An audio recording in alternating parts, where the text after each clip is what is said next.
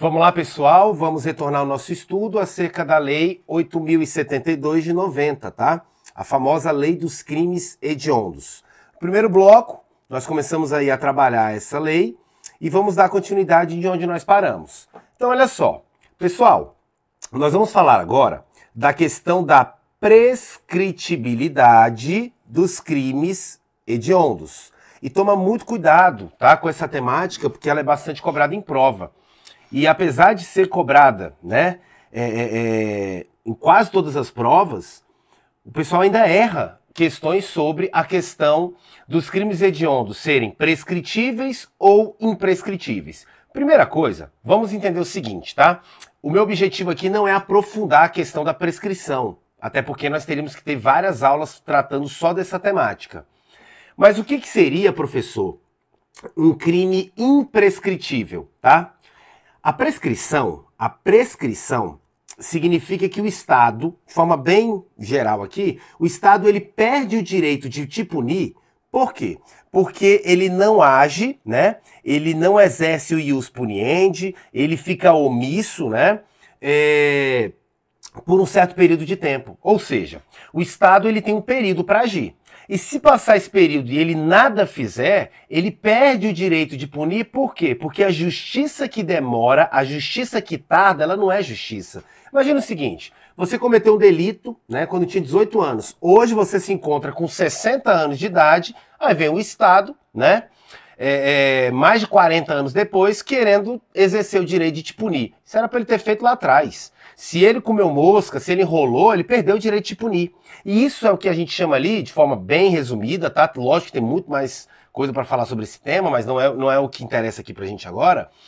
Isso é o que a gente chama de prescrição. O Estado perde o direito de te punir em decorrência do decurso do tempo. Ele demorou muito para agir. Aí o que acontece, senhores? Regra geral, cuidado, regra geral, os delitos eles prescrevem, tá? Não importa a gravidade. Porém, eu tenho algumas exceções onde ocorre o que a gente chama de imprescritibilidade. O que significa isso? Excepcionalmente, eu tenho delitos que não prescrevem. Traduzindo, eu tenho delitos que o Estado ele pode sim te punir, tá? Ele pode sim exercer o ius puniendi, tá? Mesmo que o tempo passe, mesmo que ultrapasse aí um lapso temporal razoável, tá? São delitos que o Estado não vai perder o direito de te punir com o passar do tempo. E esses delitos são exceções, tá? E aí o que eu quero que você estude comigo aqui e aprenda, e preste muita atenção nisso.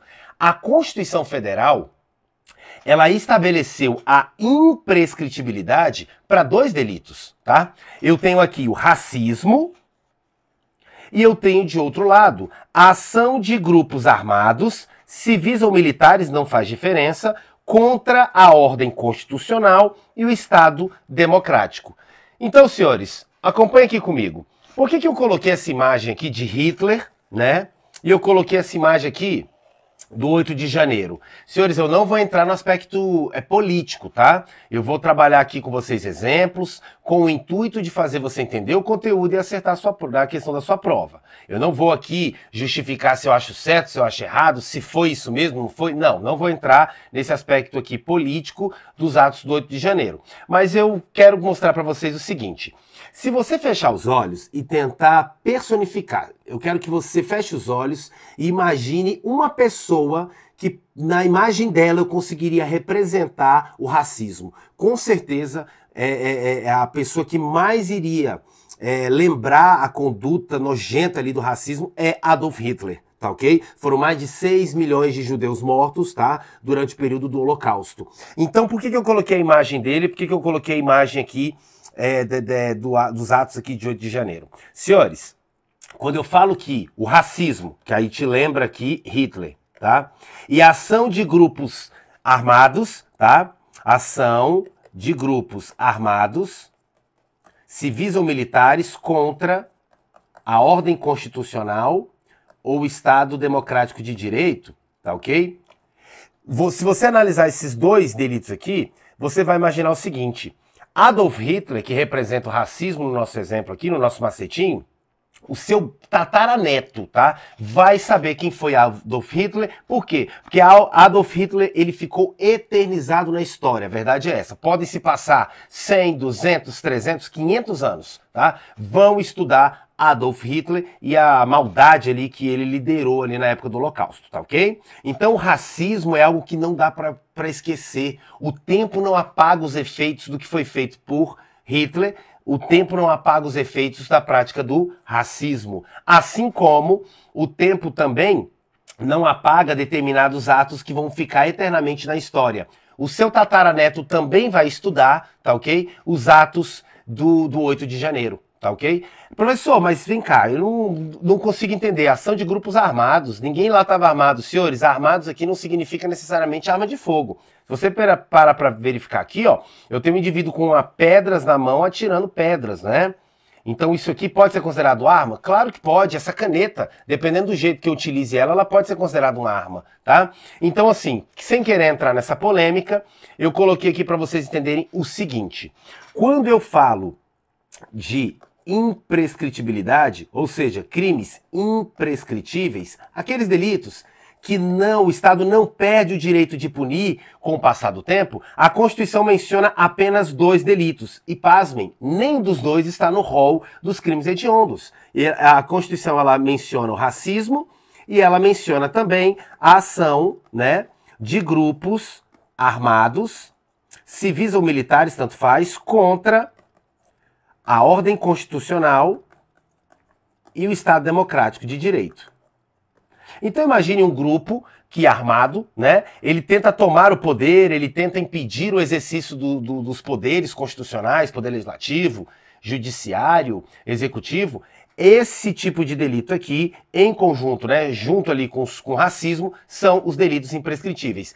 O que sobrar, cuidado aqui, o que sobrar, tá, não é imprescritível, porque a Constituição Federal mencionou apenas esses 2 delitos como imprescritíveis. E como eu falei para vocês que nenhum dos 2 está no rol dos crimes hediondos, o que significa é o que eu quero que você leve para sua prova. Eu quero que você leve para sua prova que todos os crimes hediondos, tá, eles prescrevem, tá?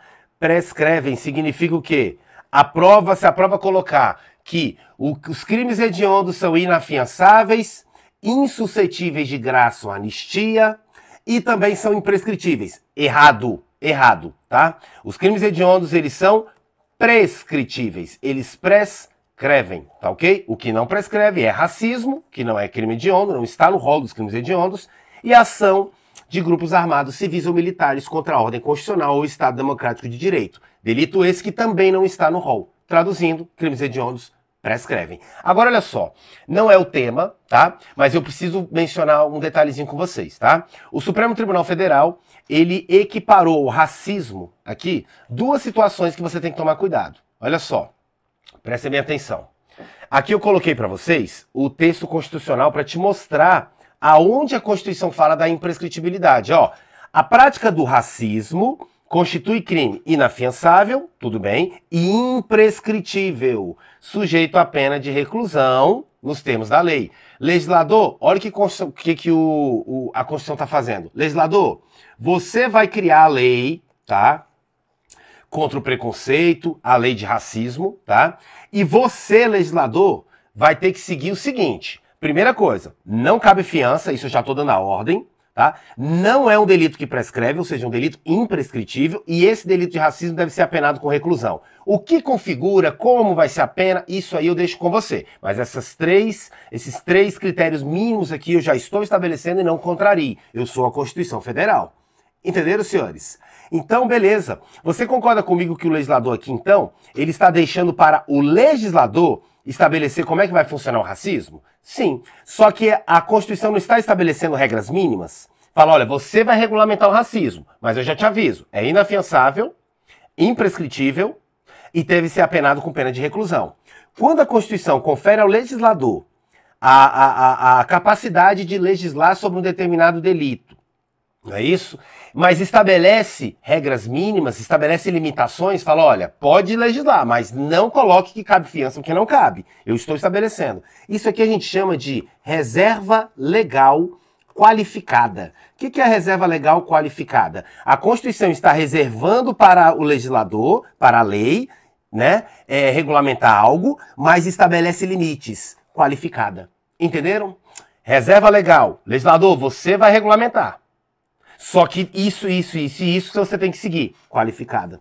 Beleza? Tranquilo até aqui? E faz a mesma coisa com a ação de grupos armados, civis ou militares contra a ordem constitucional e o Estado Democrático de Direito. Falando que também não são inafiançáveis, né? Não cabe fiança, e também são imprescritíveis. Beleza. Agora olha só que interessante. Cuidado. Segundo o STF, o delito de injúria racial, prevista lá no Código Penal, tá?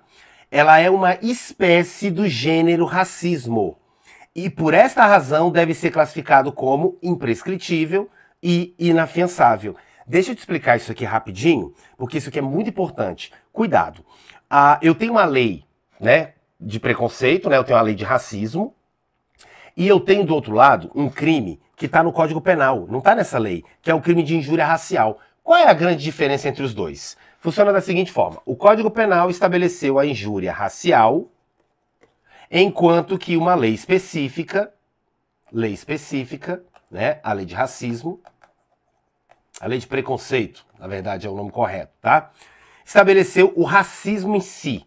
Mas quando a gente for estudar a lei de racismo, você vai verificar comigo que o legislador estava muito mais preocupado com a questão da segregação. O que é isso, professor? Segregação. Separação.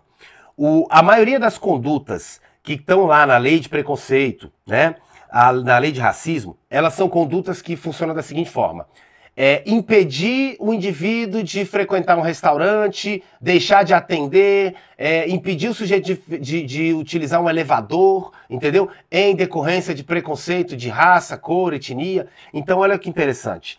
Aqui, na lei de racismo, eu estava muito preocupado, eu, legislador, com a questão da segregação. Você não vai frequentar o mesmo lugar que eu, impedir a pessoa, em decorrência da raça, da cor, o negro, por exemplo, de frequentar determinado clube social, entendeu? Aqui é uma questão de separação, tá? De segregação.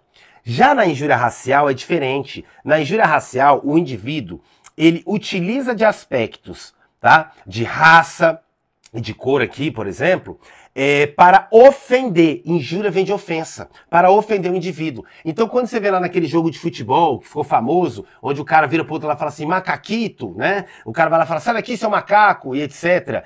Esse tipo de comportamento, o indivíduo ele não está segregando, mas ele está o quê? Ele está com o intuito de ofender a pessoa. Ele utiliza aspectos, né, raciais, aspectos de cor e etc. Então são delitos diferentes? São delitos diferentes, tanto que um está previsto no Código Penal e o outro está previsto numa legislação específica. O que ocorre é que o Supremo Tribunal Federal, e de forma acertada, o Supremo Tribunal Federal entendeu o seguinte: a conduta de injúria racial, que é o intuito de ofender alguém utilizando aspectos raciais, né? Essa conduta ela tem que ser equiparada a racismo. Tá? Porque ao ofender você utilizando o aspecto racial, de um certo modo, mesmo que indiretamente, eu estou gerando uma segregação. Você volta aonde você é maltratado? Não. Então, se eu lhe ofendo, não é isso? Utilizando aspectos raciais, de um certo modo, eu estou causando ali uma situação em que você não queira mais retornar naquele lugar, você não queira mais frequentar determinados locais, ficar perto de determinadas pessoas, em decorrência que você se sentiu ofendido com a utilização de aspectos raciais, certo? Então, traduzindo, o Supremo Tribunal Federal entendeu o seguinte: a injúria racial, apesar de estar lá no Código Penal, ela é uma espécie do gênero racismo. Tá? E por essa razão deve sim, tá? Ser aplicado a ela as consequências jurídicas aplicadas para o racismo. Se a injúria racial é uma espécie de racismo, ela também é imprescritível, ela também é inafiançável, tá ok? E ela também deve ser apenada com reclusão. Entenderam, senhores? Fácil. Então, para o Supremo Tribunal Federal, se você praticar injúria racial, você está diante de um delito imprescritível. Por quê? Porque a injúria racial é uma espécie de racismo, tá? E aí, o Supremo, olha aqui que eu coloquei aqui para você, ó. Segundo o STF, o delito de injúria racial, previsto no Código Penal, é uma espécie do gênero racismo. Olha aqui, ó. A injúria racial, olha lá, o cara ofendendo o coleguinha, não é isso? Isso aqui é equiparado, é igual a racismo. É apenas uma espécie do gênero racismo. E por essa razão deve sofrer as mesmas consequências jurídicas. E aí, nós tivemos um outro julgado do Supremo muito importante, que é o seguinte, tá? No mesmo sentido, só que aqui a fundamentação mudou, tá? A Suprema Corte, o STF, entendeu que a homofobia e a transfobia, tá, devem ser equiparadas ao racismo em decorrência da omissão legislativa, no que se refere à criminalização de tais condutas. Como o legislador do Brasil ele é muito lento, ele deixou de criminalizar, ele deixou de criar normas, leis, né? Tratando ali, coibindo, prevenindo ali a questão da homofobia e da transfobia. Como o legislador foi omisso, não criou, não criminalizou essa conduta de forma específica, o que o STF fez? O STF entendeu que até o momento em que o legislador não criou essa legislação específica para combater a homofobia e transfobia, a homofobia e transfobia deverá ser equiparada a racismo e sofrer as mesmas consequências jurídicas. Traduzindo, senhores, a homofobia e a transfobia, atualmente, até o presente momento, tá? Ela configura uma equiparação ao racismo e também será um delito imprescritível, também será um delito que não cabe fiança, né? Inafiançável. Beleza? Tranquilo até aqui? Maravilha. Então, para a gente finalizar essa temática aqui, eu quero só que você entenda o seguinte: quando eu falar de imprescritibilidade, de crimes imprescritíveis, aqueles que não, o Estado não perde o direito de punir pelo decurso do tempo, você vai lembrar que nisso aqui se encaixam apenas dois grupos: racismo e ação de grupos armados, civis ou militares, contra a ordem constitucional e o Estado democrático de direito. Só que quando eu falar do racismo, você tem que lembrar da jurisprudência e lembrar que inclui aqui, dentro do conceito de racismo, ou seja, também será imprescritível e inafiançável, a injúria racial e atos de homofobia e transfobia. Beleza? Tranquilo até aqui? Como nenhuma dessas situações aqui configura crime hediondo, onde eu quero chegar? Os crimes hediondos, eles são o quê? Prescritíveis. Então prescrevem sim, o Estado perde o direito de punir com o passar do tempo. O estupro é um crime hediondo, então quer dizer que o estupro prescreve? Prescreve. É isso mesmo, tá bom? Beleza? Maravilha, senhores. Agora, eu vou trabalhar com vocês um tópico muito interessante, muita gente erra isso aqui. Não confundam as coisas, tá? Crimes hediondos versus liberdade provisória. Senhores, primeiramente, o que seria liberdade provisória? Olha o nome. Liberdade é quando eu não estou privando o seu direito de ir e vir. Liberdade provisória significa o quê? Você está respondendo uma ação penal, mas você vai responder essa ação livre. Tá? Eu não vou privar a sua liberdade enquanto você ainda está respondendo ali, né, uma ação penal, você foi indiciado ali numa investigação e etc. Por quê? Vamos entender do zero isso aqui para você não errar mais isso em prova. Existe um princípio na Constituição que nós chamamos de princípio da presunção de inocência. E é incrível como o leigo, ele fala muita besteira sobre isso aqui. Por isso que nós vamos trazer uma luz na escuridão aí da ignorância, tá? E eu vou te mostrar alguns fatores que vai fazer você mudar o seu pensamento. Você vai deixar de ter um pensamento do leigo e vai passar a ter um pensamento do jurista, tá? Um pensamento ali mais inteligente, tá? Que vai te facilitar muito a compreensão dos institutos jurídicos. Então, olha só. Vem cá. Senhores, o que diz o princípio da presunção de inocência? Ninguém será considerado culpado até o trânsito em julgado de sentença penal condenatória. O senhor não entende nada. Eu sei, calma, olha só. Ninguém pode ser considerado culpado antes de eu ter uma sentença transitada em julgado. O que é uma sentença transitada em julgado? É aquela que não cabe mais recurso. É o ponto final, certo? Você respondeu a ação penal, exerceu seu direito de contraditório, exerceu seu direito de ampla defesa, e aí você Foi condenado, recorreu, foi condenado de novo, recorreu, foi condenado e acabou, não cabe mais recurso. E aí? Ponto final. Se não cabe mais recurso, meu amigo, agora é cumprir o que foi estabelecido na sentença. Então, sentença penal condenatória transitada em julgado é aquela sentença penal que te condenou pela prática de um crime e que não cabe mais recurso, não tem mais o que fazer, filhão, agora é cumprir a pena, certo? Então, olha só que interessante, o que fala o dispositivo constitucional? Enquanto não tiver uma sentença definitiva, uma sentença que não cabe mais recurso e que te condenou, você deve ser presumido inocente, porque você não pode ser considerado culpado. Isso aqui tem lógica? Claro que tem, senhores. Olha só, imagina que você está respondendo uma ação penal. E durante a ação penal, você vai exercer o contraditório, ampla defesa, você vai poder utilizar os meios necessários para provar sua inocência, você vai poder contradizer, falar, não foi isso não, eu não fiz isso, e etc. Você concorda comigo que durante essa ação penal, ao se defender, é possível que você demonstre que você é inocente e que mude tudo? Isso é possível. Então o que acontece? Como é durante a ação penal que eu vou provar, que eu vou ter a possibilidade de provar minha inocência, até finalizar tudo isso, eu vou presumir você inocente para não ser injusto. Não há injustiça mais grave do que condenar o inocente, tá? É melhor, é menos lesivo para a sociedade você absolver um culpado do que condenar um inocente. Não há nenhuma injustiça maior do que condenar uma pessoa de forma injusta, uma pessoa inocente. Beleza? Com base nisso, o que acontece? Até finalizar a ação, eu vou presumir você inocente. Professor, mas peraí, eu tenho um primo que ele respondeu o processo preso. E aí, como é que faz? Senhores, calma.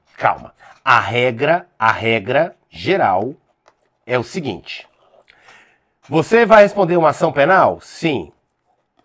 Em regra, você deve responder essa ação penal, não importa o delito que você praticou, em regra, que você supostamente praticou, a verdade é essa, tá? Em regra, você deve responder o processo em liberdade provisória. Você só não vai responder o processo em liberdade provisória, ou seja, você só vai responder a ação penal preso,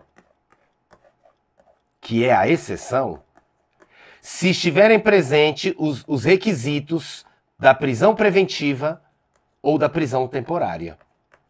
Apesar que a prisão temporária, você vai aprender comigo, ela só cabe na fase de inquérito, tá? Mas prisões cautelares. Prisões cautelares são aquelas prisões que ocorrem durante a persecução penal, durante a ação penal, durante uma investigação, antes do trânsito em julgado, certo? Regra geral, quem está respondendo uma ação, quem está sendo investigado, deve responder em liberdade. Essa é a regra. Eu só afasto essa regra se estiverem presentes os requisitos que a gente vai estudar lá em processo penal das prisões cautelares, da prisão preventiva e da prisão temporária, certo? Então, por exemplo, o sujeito bonitinho estava lá respondendo a ação, aí estava indo com a motinha dele na porta da casa da testemunha, né? Ficar cortando giro, ficar ameaçando, e aí, caguete, vai morrer, aí vai embora. Bonitinho, você acabou, né? Lógico que a gente vai aprofundar isso lá na frente. Você acabou de praticar um ato que é possível o juiz decretar uma prisão preventiva, certo? O sujeito tá dando indício que vai fugir, né? Tá vendendo tudo a preço de banana, tirou passaporte. Aqui entra na exceção também que a gente vai estudar lá na frente. O que eu quero que você entenda é o seguinte: não importa a gravidade do delito que está sendo imputado a você. Eu ainda não finalizei a ação penal, eu ainda não sei se você realmente é culpado. Enquanto eu ainda não tenho um ponto final, enquanto eu ainda não tenho uma sentença penal condenatória transitada em julgado, o ponto final que não cabe mais recurso, eu vou presumir você inocente e vou deixar você responder o processo em liberdade. Se lá na frente você for condenado de forma definitiva, trânsito em julgado de sentença penal condenatória, aí sim, aí você vai ser preso e vai cumprir a sua pena. Mas enquanto isso eu não posso ser afoito, porque se eu for afoito aqui, eu posso estar colocando ali, estabelecendo que o sujeito responda o processo preso, chega lá na frente, eu vejo que ele é inocente, certo? E aí o que acontece? Esse tempo que ele ficou preso não volta, meu amigo. Não volta. O emprego que ele perdeu, a fama que ele pegou ali na rua, perto dos amigos, etc., não volta. Não tem como remediar isso aí. Então, em regra, o indivíduo deve responder o processo em liberdade. Aí o que acontece? Aonde está o grande problema? O aluno erra por quê? Ele imagina o seguinte, olha só. Professor, mas não cabe fiança. Epa, cuidado. Quando eu falo de liberdade provisória, que é o sujeito responder à ação penal, né, em liberdade, a liberdade provisória ela possui duas espécies. Eu vou dividir ela em dois grupos. Eu tenho a liberdade provisória com fiança, ou seja, o juiz ali estabelece a fiança para o indivíduo, né? O indivíduo deixa ali um valor, um dinheiro, né? Algum bem material que tenha valor econômico, como garantia de que vai ir em todas as audiências, tudo bonitinho. Isso aí a gente chama de fiança, a gente vai estudar também processo penal. Eu tenho a liberdade provisória com fiança, que ocorre quando o juiz, ele, ao estabelecer, ao conceder a você a liberdade provisória, fala, ó, você vai responder o processo de liberdade, mas você vai ter que pagar tanto de fiança. Existe essa possibilidade, como também existe a liberdade provisória sem fiança. Aí o que o aluno confunde? Uai, professor, então não cabe liberdade provisória. Ei, existe liberdade provisória sem fiança. Aquela em que o juiz estabelece a liberdade provisória sem cobrar, sem estabelecer fiança de você. O juiz ele pode estabelecer outras medidas cautelares diversas da prisão previstas lá no artigo 319 do Código de Processo Penal, tá? Então vamos entender isso aqui com calma? Vamos lá, olha só. Senhores, eu quero que você entenda o seguinte. A fiança, ela só é uma das inúmeras medidas cautelares diversas da prisão que eu tenho. Professor, não estou entendendo o que é medida cautelar diversa da prisão. Olha só que interessante. Medida cautelar significa o quê? Traduz comigo. Medida cautelar significa uma medida de cuidado, certo? Um ato de cuidado. Medida cautelar diversa, diferente da prisão. O que significa? Eu vou conceder a liberdade provisória para você, mas eu vou estabelecer uma medida de cuidado, eu vou estabelecer uma medida, né, cautelar, que não é prisão. Você vai responder o processo em liberdade provisória, mas vai ter que cumprir essa medida de cuidado que eu estou estabelecendo. E quais são essas medidas de cuidado que eu tenho? Elas estão previstas no artigo 319. Eu vou trabalhar esse processo penal, mas eu vou antecipar aqui um pouquinho com vocês, tá? Porque você vai entender o meu raciocínio. Olha aqui o artigo 319. São medidas cautelares diversas da prisão, então nenhuma delas gera prisão, tá? Olha só, primeira delas. Comparecimento periódico, comparecimento de tempo em tempo em juízo, no prazo e nas condições fixadas pelo juiz para informar e justificar atividades. Olha esse desenho que eu coloquei aqui para você.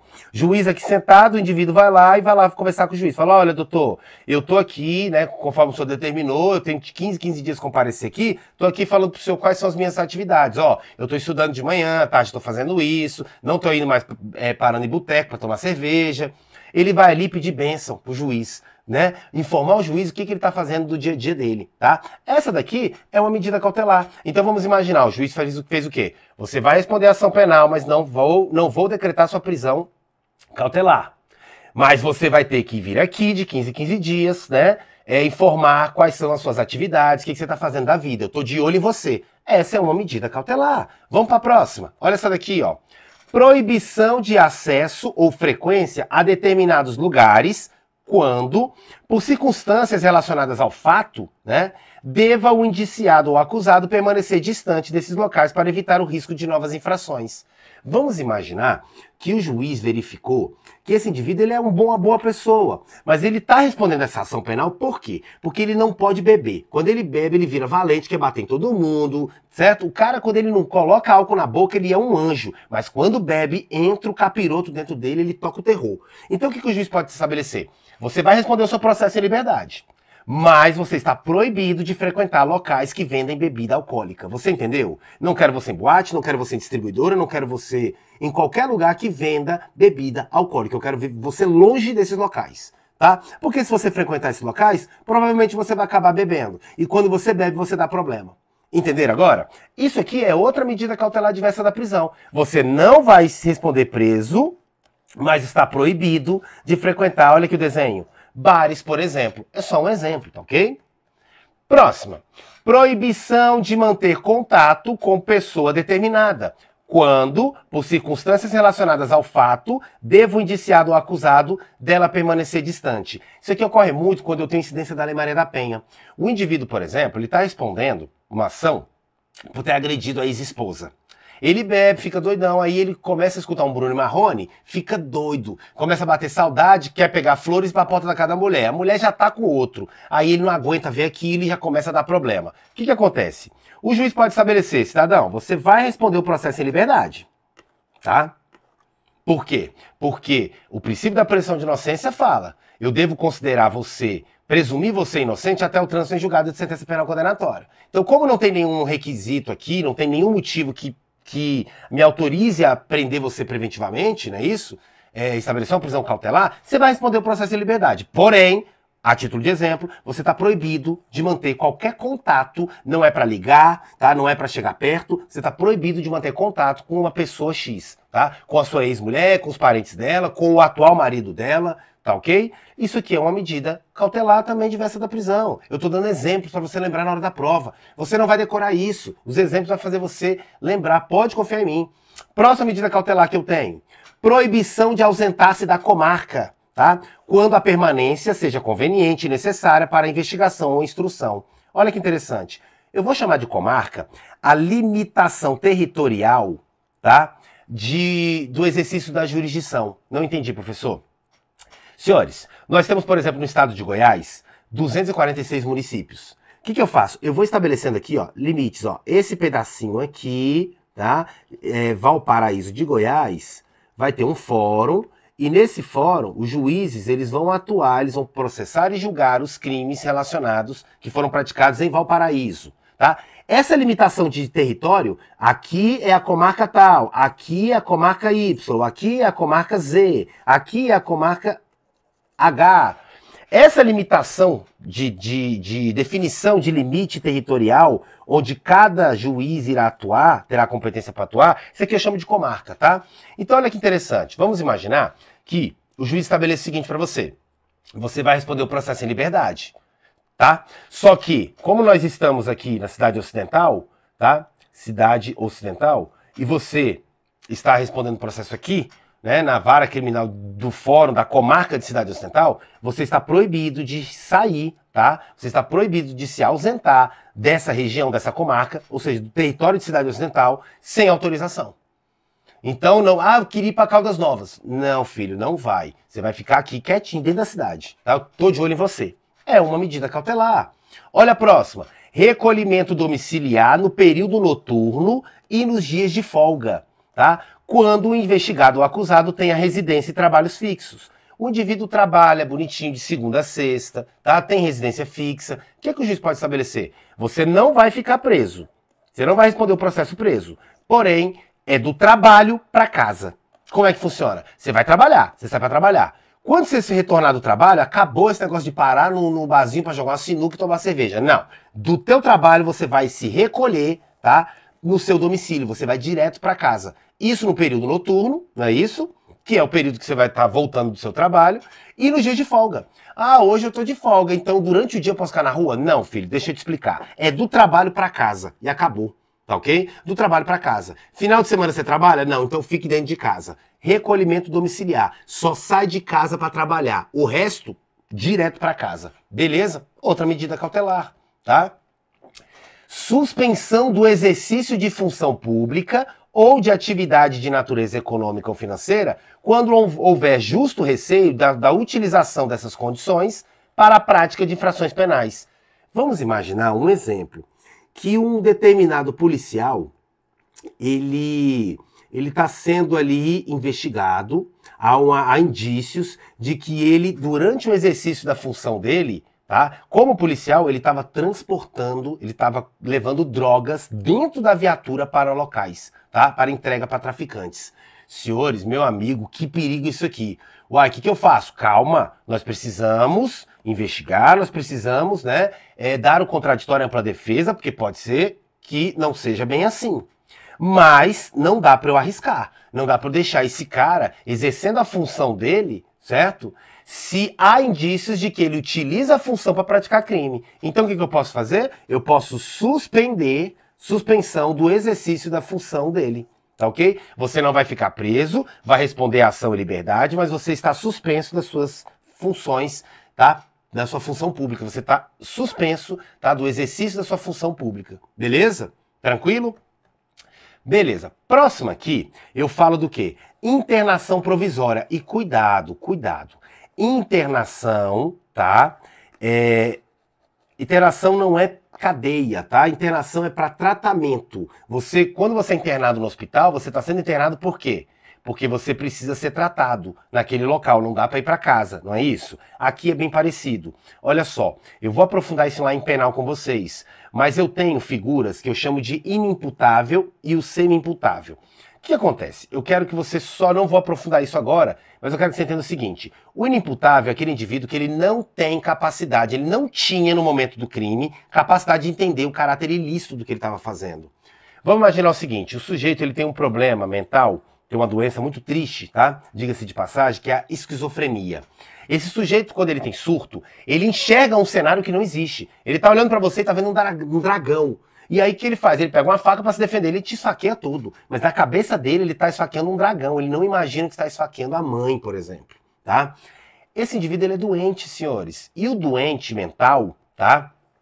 Que não tem a mínima condição de entender o que está fazendo, esse cara é considerado inimputável. Eu não posso imputar uma pena para ele porque ele é um doente. Doente não merece pena. Doente precisa de tratamento.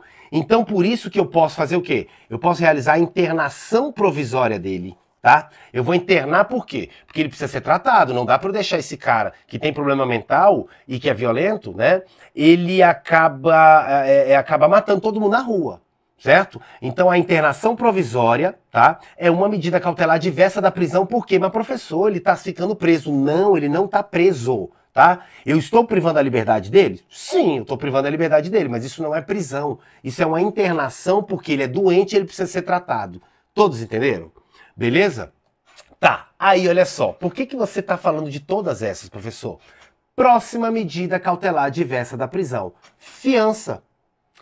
Fiança, ó, nas infrações que admitem, porque não são todos os crimes que permitem fiança. Nós temos os crimes inafiançáveis, crimes que não são, né, passíveis, não é possível conceder fiança para determinados crimes, tá? E a fiança serve para quê? Para assegurar o comparecimento a atos do processo, evitar a obstrução do seu andamento ou em caso de resistência injustificada à ordem judicial. A fiança ela é um cheque calção. Você deixa lá um valor e você se compromete a comparecer a todos os atos, tudo bonitinho do processo, e por isso você não fica preso. Você deixa lá o calção, que é a fiança, né, o valor, e você vai responder o processo em liberdade. Então eu quero que você entenda o seguinte, você notou que a fiança ela é só uma de várias medidas cautelares que eu te mostrei aqui? Olha a última aqui, ó. Monitoração eletrônica, tá? Da tornozeleira, né? Você vai ficar livre, mas vai ficar com um negocinho aí no teu tornozelo, tá? Um dia eu tô de olho em você, sei onde é que você tá. E se arrancar, meu amigo, vai apitar aqui, nós vamos na tua cola. Então o que eu quero que você entenda? Onde eu queria chegar com tudo isso? Quando eu falo de liberdade provisória, eu tenho a liberdade provisória com fiança, que é aquela em que o juiz ele decidiu o quê? Ele decidiu que você vai responder o processo em liberdade e, para tanto, ele estabeleceu a medida cautelar específica, né, diversa da prisão específica, da fiança.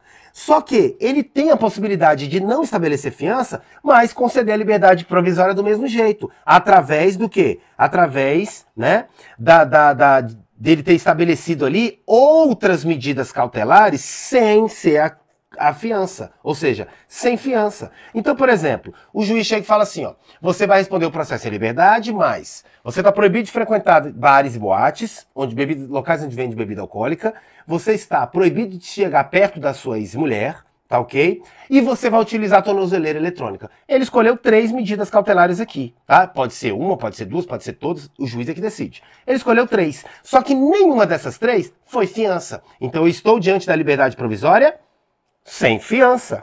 Concorda comigo?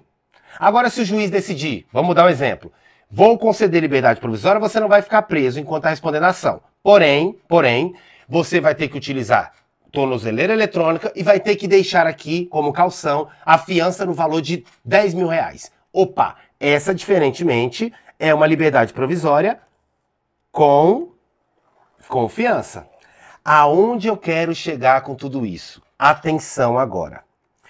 Senhores, em momento algum, a Constituição ou a legislação falou que não cabe liberdade provisória para crimes hediondos. Eu nunca falei isso.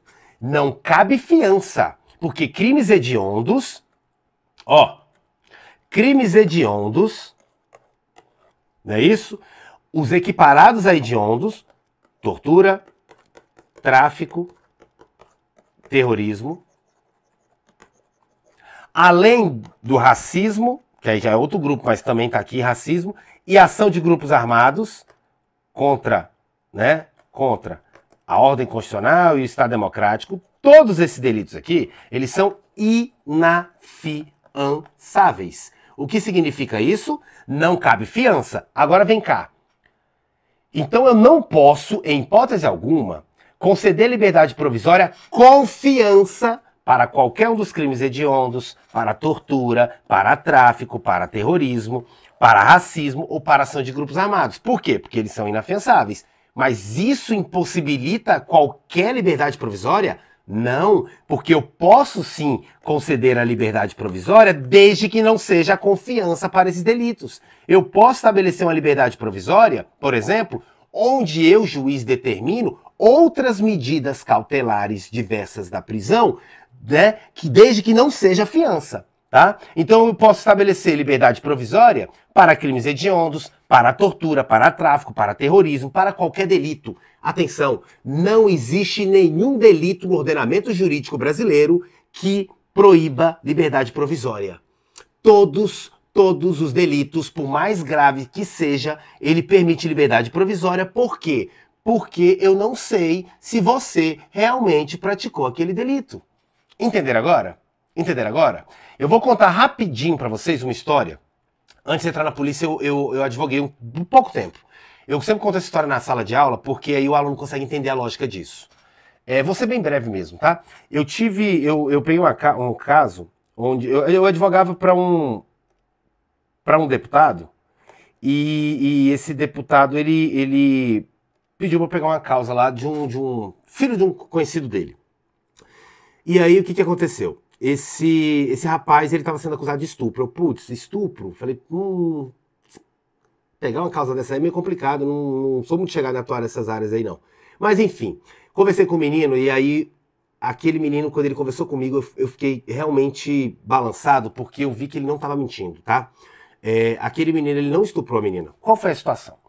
A ex-namorada dele chegou na delegacia toda machucada, e alegou que tinha acabado de ter sido estuprada por ele.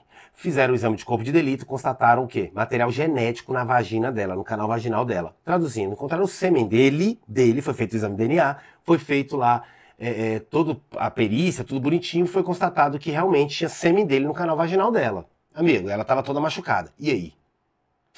Pessoa, então não tem dúvida nenhuma. Calma, tá vendo? É isso que a Constituição quer evitar. Esse julgamento precipitado da sua parte. Olha o que aconteceu. E aí eu vou resumir. Chegou na audiência e esse menino foi preso preventivamente. Eu falando com a juíza, falei, doutora, não cabe prisão preventiva, tá? Não estão presentes os requisitos da prisão preventiva. E a juíza, não, tá sim, tá tal. Eu falei, doutora, não tá. A senhora tá agindo de forma precipitada, tá? O delito de estupro é um delito gravíssimo, mas o que nós temos que discutir primeiramente é se houve o delito, e se houve o delito, se foi ele o autor, tá? Que o estupro é grave, eu sei disso. Talvez seja o delito mais grave de todos. Porém, nós não utilizamos ainda do nosso direito de contraditório e ampla defesa, nós não tivemos como ter a possibilidade de demonstrar que não foi ele que praticou esse ato e demonstrar que, na verdade, nem houve estupro, tá? Não interessa a prisão preventiva, se o senhor te achar ruim, estude para ser juiz. Beleza, final das contas. Audiência, a moça cruzou o olhar com ele, ela nem era para ter visto, mas acabou vendo. E essa menina entrou em pânico, começou a chorar, e a juíza começou a pagar sapo para os policiais penais. Não era para ter deixado, ela vê, vocês estão constrangendo a vítima, tal. A menina pegou do lado e falou assim, não, doutora. Não foi isso não. É tudo mentira. Aí, aquele silêncio. O que aconteceu? O rapaz chegou para a menina e falou assim, eu quero terminar com você, porque eu me apaixonei por outra pessoa e eu acho uma sacanagem ficar te traindo, ficar te enganando. Você merece ser feliz. O cara foi um lorde, certo? Agiu de forma moral, né? Poderia estar sacaneando a menina, mas não, ele decidiu terminar. Beleza. Ela ficou com muita raiva disso. O que ela fez? Ela falou assim, tudo bem, você quer terminar, beleza. Mas podemos ter uma última noite de amor? O cara falou, saideira? Vou lá, né? Tô fazendo nada. Ainda não comecei com a outra. Foi lá e topou. Tiveram uma noite, foram pro motel, tiveram uma noite, né? De amor ali. Não foram pro motel, não. Eles foram pra algum lugar, não foi motel, não. Foram pra algum lugar e tiveram relação sexual. No meio da relação sexual, ele me falou que a moça pediu pra ele bater. Falou, me bate, me dá uns tapinhas e tal. Aí ele falou assim, não, moça, nunca pediu esse trem. Aí ela falou, não, mas por isso, é a última, fazer uma coisa diferente, né? Pra ficar na memória. Ele, beleza, começou a lhe dar uns tapinhas, ela falou, bate igual homem. E aí ele, opa, beleza então. Aí foi lá e deu uns tapinhas na menina. Final das contas, o material genético dele tava no canal vaginal dela. Ela realmente estava machucada, que ele bateu nela, né? A pedido, né? Só que houve estupro? Não, senhores. Ela agiu ali de forma bem maquiavélica mesmo. Saindo de lá, ele foi para casa feliz, falou, olha, terminei, fiz o bonitinho, ainda ganhei, né? Uma saideira. Beleza. Só que ela foi direto para a delegacia. Entenderam agora?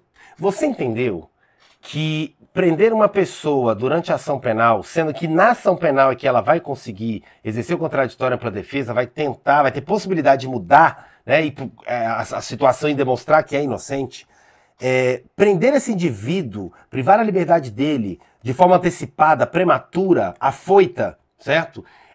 Pode gerar uma injustiça? Agora você entendeu o porquê que, em regra, por mais grave que o delito seja, o sujeito deve responder em liberdade provisória, essa é a regra. Por quê, senhores? Porque eu não sei se foi ele o autor, eu não sei se realmente houve o delito. E se ele foi condenado, aí sim, ele cumpre a pena, que a gente chama de prisão-pena, né? Ele vai cumprir a pena, mas só depois do trânsito em julgado de sentença penal condenatória. Entendeu agora? Então, traduzindo, cabe liberdade provisória para... Já vou te mostrar por que eu coloquei isso aqui, tá? Cabe liberdade provisória para crimes hediondos ou equiparados? Cabe. Cabe liberdade provisória sem fiança. Não há nenhum delito que seja proibida a concessão da liberdade provisória. E a lei já tentou fazer isso e é inconstitucional. Simples. Agora essa prova de perguntar. Cabe liberdade provisória com fiança? Essa daqui não cabe para crimes hediondos, equiparados, racismo e ação de grupos armados. O problema não é a liberdade provisória, é a fiança. Entenderam agora? E professor, e se perguntar assim, de forma geral, é possível conceder a liberdade provisória para crimes hediondos? Sim, senhores. Sim. Qual? A sem fiança. Se eu tenho a possibilidade de conceder liberdade provisória sem fiança, eu tenho como conceder liberdade provisória. Entenderam agora? O que não pode é a liberdade provisória com fiança para crimes hediondos, equiparados, racismo e ação de grupos armados contra o Estado Democrático. Então, senhores, cabe sim liberdade provisória, não confunda isso. O que eu tenho a vedação constitucional é sobre a fiança, não liberdade provisória. Beleza? Tranquilo? Maravilha. E se o juiz for teimoso, né, aquele juiz rancorudo mesmo assim, né, e ele fala o seguinte, não, meu irmão, não interessa não.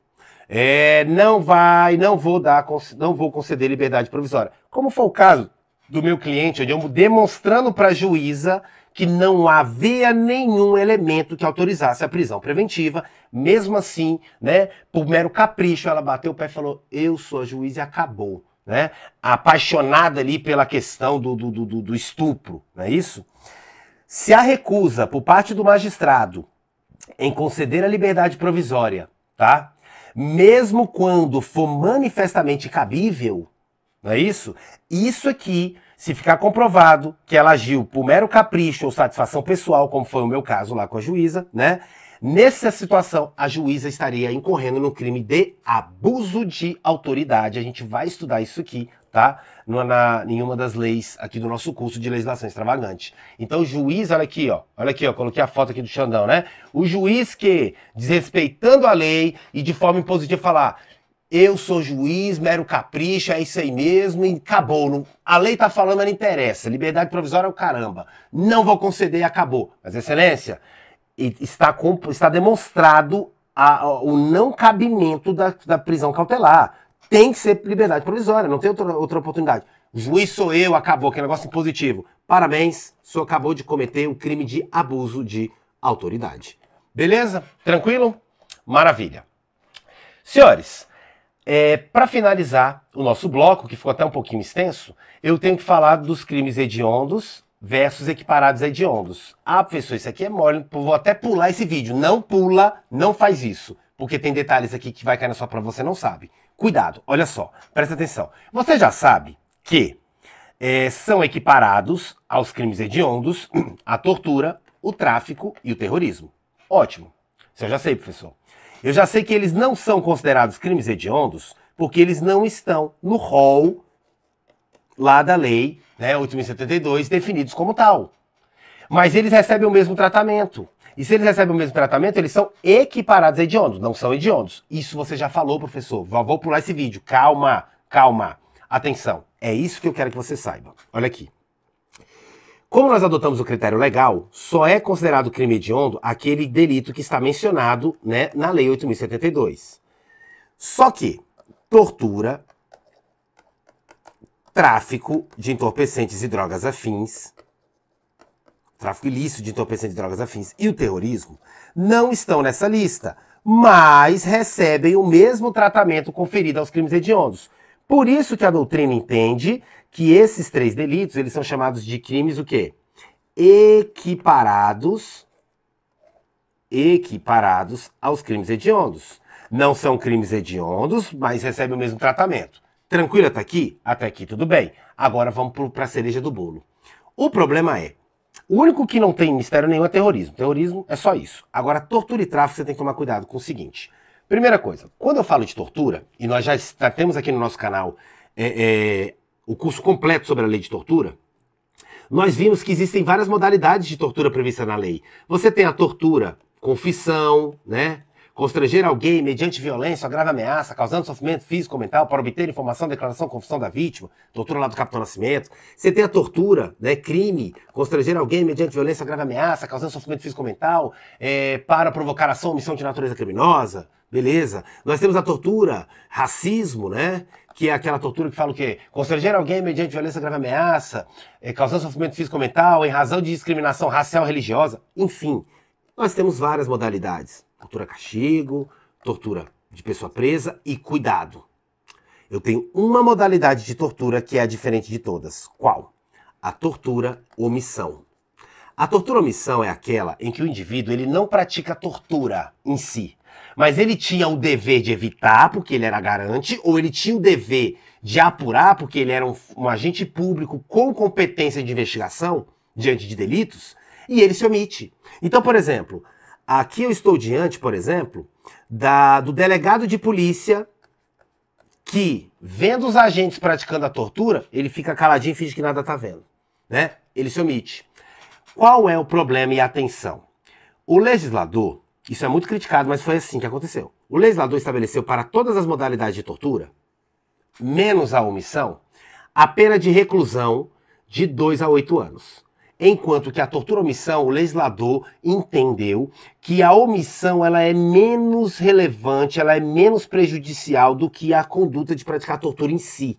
Então a tortura omissão ela tem uma pena menor. Qual? Metadinha, sempre ensinei isso, metadinha, né? Se as outras modalidades de tortura é reclusão de 2 a 8 anos, a tortura de omissão é detenção de 1 a 4. Tá, vamos lá. O que interessa isso? Como a tortura omissão recebeu um tratamento menos rigoroso, entende a doutrina e os tribunais superiores, tá, que a tortura, em regra, é crime equiparado a hediondo. Menos uma modalidade. Qual? A tortura omissão. A tortura omissão não é delito equiparado a hediondo. Então a tortura omissão, ela é passível ali, por exemplo, de fiança?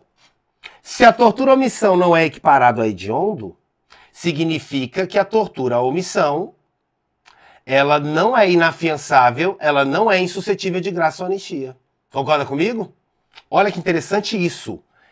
A tortura, se a prova perguntar de forma genérica, o crime de tortura é equiparado a hediondo? Sim, sim. Ele perguntou de forma geral, não é isso? Agora se perguntar assim, todas as modalidades de tortura são equiparadas a hediondo? Todas não. Aí nessa questão você colocaria errado. Por quê? Porque a tortura à omissão é, excepcionalmente aqui, né, a única modalidade de tortura que não é considerada equiparada a hediondo. Todos entenderam? Maravilha. No tráfico, eu tenho o mesmo raciocínio, só que olha só que interessante. No tráfico de drogas, eu tenho uma figura que eu chamo de tráfico privilegiado. O que é isso? Tráfico privilegiado. Na verdade, é uma causa de diminuição de pena. Se o indivíduo, ao praticar o tráfico de drogas, eu constato que ele é primário, bons antecedentes, não se dedica à atividade criminosa, tá? E ele não integra organização criminosa, é um mocorongo, né? O cara nunca pisou na delegacia, ele é primário, bons antecedentes, é um menino que trabalha, não se dedica à atividade criminosa, não faz parte de grupo, né, de organização criminosa, é um mocorongo. Esse rapaz que foi condenado aqui por tráfico de entorpecentes, esse rapaz que cometeu o tráfico de drogas nessas condições, primário, bons antecedentes, né, não se dedica à atividade criminosa e não integra organização criminosa, ele merece uma redução de pena. Por isso que a gente chama de tráfico privilegiado. E cuidado, cuidado. O tráfico privilegiado, ele também, assim como a tortura omissão, ele também não é, tá? Tráfico privilegiado também não é crime equiparado a hediondo. Beleza, até aqui? E por fim, cuidado com o delito de associação para o tráfico. Senhores, o crime de associação para o tráfico não é o crime de tráfico. Se você praticar tráfico de drogas, você responde pelo crime de tráfico. Se você, ao praticar o crime de tráfico, praticou através de uma associação criminosa, reunindo ali 2 ou mais pessoas, etc., tá? Porque a associação para o tráfico é diferente das outras, tá? Para você ter uma organização criminosa, você precisa de mais de 4 pessoas. Para você ter uma associação criminosa do Código Penal, você precisa ter no mínimo 3. A associação para o tráfico, você precisa só ter 2, tá? Mas isso é lá para frente, fica tranquilo. Se você, ao praticar o tráfico de drogas, realizou através de uma associação, você vai responder pelo crime de tráfico de drogas e associação para o tráfico. São crimes diferentes. Olha que interessante. O que é? Qual é o delito que é equiparado a hediondo? O tráfico de entorpecentes. Não é a associação para o tráfico. Na associação para o tráfico, eu estou punindo você pelo fato de você ter se reunido com 2 ou mais pessoas para praticar o tráfico. Tá? Então é um crime autônomo. Então cuidado, a associação para o tráfico não é equiparada a hediondo. O que é equiparada a hediondo é o tráfico em si. Entenderam agora? Só tomem cuidado que o tráfico privilegiado não entra aqui. Beleza? Então, senhores, para a gente finalizar esse bloco, tá? Para a gente finalizar esse bloco, que ficou um pouquinho extenso, você só tem que saber o seguinte. TTT. Tortura, tráfico e terrorismo não são crimes hediondos, porque não estão no rol taxativo da lei, mas são delitos o quê? Equiparados, que significa que não são crimes hediondos, mas recebem o mesmo tratamento. Excepcionalmente, você só tem que tomar cuidado que a tortura é crime equiparado a hediondo? De forma geral, como eu perguntei, sim. Agora, toda modalidade? Não. Exceto tortura à omissão. Tortura à omissão não é equiparado a hediondo. Tráfico ilícito de entorpecentes é crime equiparado a hediondo? Sim. Todo tráfico? Não. Por quê? O tráfico privilegiado não é considerado equiparado a hediondo. E tomem cuidado com o delito de associação para o tráfico, porque esse delito é um delito autônomo, tá? Não é o tráfico em si, então ele não é equiparado a hediondo, porque o que é equiparado a hediondo é o tráfico em si, tá bom? Beleza? E o terrorismo é tranquilo, não tem nada o que falar. Terrorismo é equiparado, pronto, acabou. Beleza? Até aqui? Tranquilo? Senhores, espero que você tenha entendido, tá ok? No próximo bloco, nós vamos estar... Isso aqui que eu passei para vocês, tá? É exatamente o que eu acabei de explicar, tá bom? Coloquei aqui a tortura omissão, tá? Tráfico privilegiado, beleza? Olha lá, os requisitos do tráfico privilegiado, ó, primário, bons antecedentes, não se dedicar à atividade criminosa e nem integrar a organização criminosa, tranquilo? Beleza, tá? Coloquei aqui, ó, associação para o tráfico, não é equiparada a hediondo, beleza? STJ.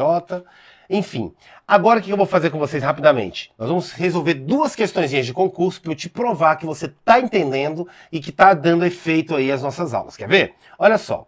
Polícia Penal 2022, tá? Concurso aí, ó, da OCP. Polícia Penal DF. Olha aqui, ó. Referente aos crimes hediondos, julguem o item a seguir.